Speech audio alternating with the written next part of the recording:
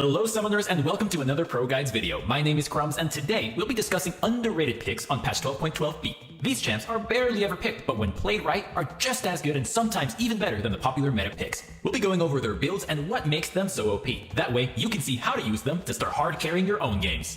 We'll be starting things out in the top lane with Olaf. When he first got his mid-scope update, Olaf was a ridiculously strong top laner, demolishing every other champ in the role with ease. Riot dished out some nerfs, but they didn't even come close to gutting him. These small tuners left him in a very strong spot, yet he's nowhere near as popular as he was before. Next patch, Olaf is getting some changes, but they are mostly aimed at the jungle. He's getting more attack speed at higher HP from his passive, which will give him a quicker clear speed. The nerf to his health regen is meant to be a way to make him power neutral in the top lane with that extra attack speed, but honestly, I think it's still overall a buff for him there as well. How often are you just sitting back and taking poke as Olaf rather than going in for kills anyways? So even after those go live next week, you'll be able to abuse this pick. As far as his itemization goes, the build we have here is a pretty generic one that makes you beefy enough to frontline in teamfights, but don't feel like you have to always build for 5v5s. If your comp isn't that great for teamfighting, or that's just not your preferred playstyle, you can focus on building specifically to side lane. For that, items like Weight of the Rune King, Black Cleaver, and Hullbreaker are all welcome additions to the build, depending on who you're dealing with.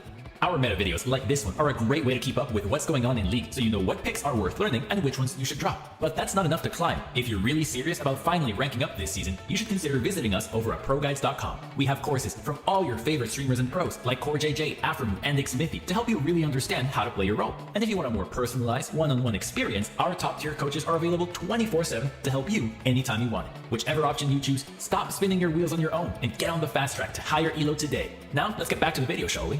The other underrated top laner that you should really think about adding to your pool is Akshan. Whether you're dealing with bruisers, tanks, juggernauts, or even other ranged champions, he's pretty much always a solid pick. What makes him so strong is his ability to kite in and out of fights and switch to a full all-in style depending on the opponent you're dealing with. The one big issue we always talk about when looking at other ranged champions is that it's very easy to shut them down. They may bully hard in the first few levels with the range advantage, but most other top laners can just take them on and then all in once they have ults. But with Akshan, the movement speed from his passive makes it super easy to constantly kite back and forth, with his E serving as an extra failsafe if your foe really tries to commit for the kill. He's also super slippery when it comes to ganks, since you can just swing all the way to the other side of the lane the second you see the enemy pass over a ward. The last selling point for you is that on top of his strong early game, Akshan also scales pretty well. As long as you actually build him to do damage, he can very easily 100-0 other squishy targets he catches out and shreds through tanks in teamfights.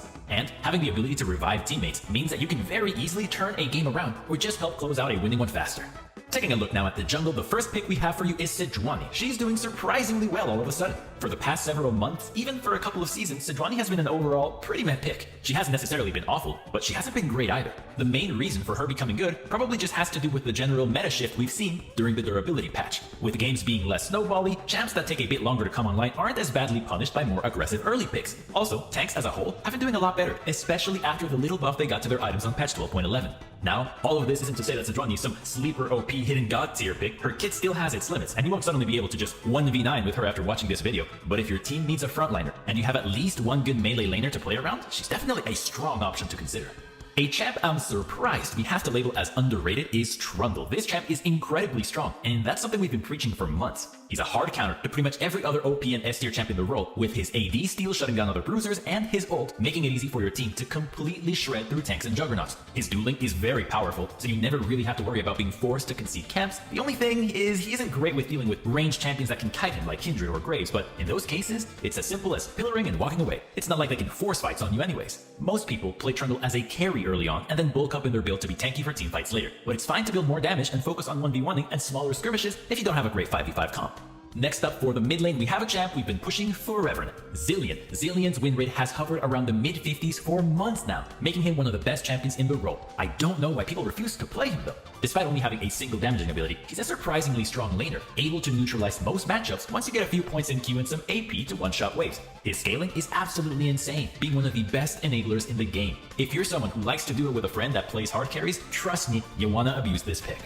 And if you want a scaling pick that does the carrying herself, maybe you should give Kayle a try instead. After all the nerfs she got, she's doing way better in the mid lane than she is as a top laner. You're still gonna get bullied early, but in the shorter, safer lane, that really just means you get pushed in and don't have lane prio. As long as you're playing smart, you'll always be able to get XP and most of the farm once it reaches your tower. Post 6, things get a little bit easier, as you get ranged autos for securing more CS for yourself, but pretty much never interact with the enemy laner until you have Zerkers and Nashers.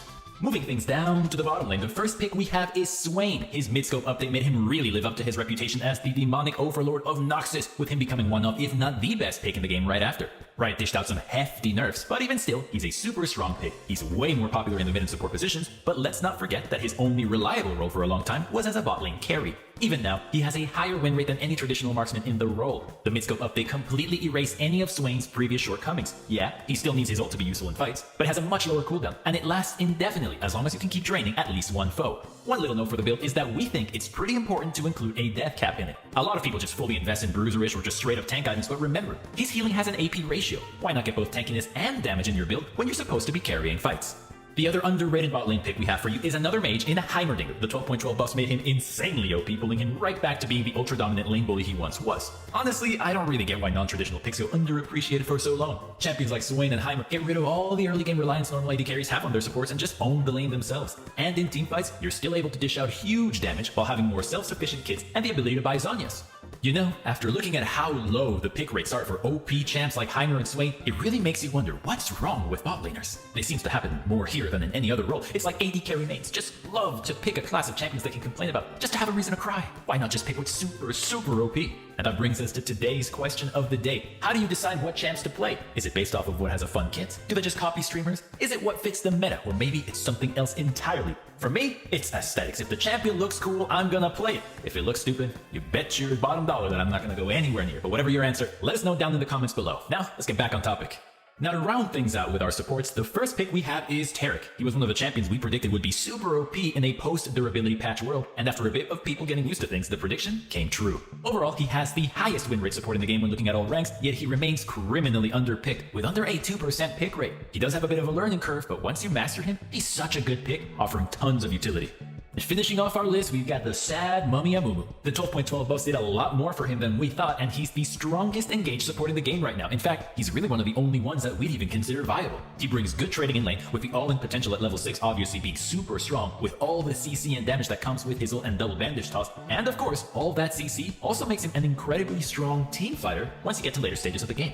And that wraps things up for our underrated picks on patch 12.12b. Thank you so much for watching. I hope you enjoyed the video, and if you did, be sure to subscribe so you never miss out on our meta guides and so you're always in the loop on what the best picks are. Remember to let us know how you decide what champs you play down in the comments below. And one last thing, don't forget to check out our Discord in the description box below, where you can discuss League further or just hang out and be a part of our community. I can't wait to see you guys back for the next video, but until next time, good luck on the Rift and may the LP gods smile down upon you.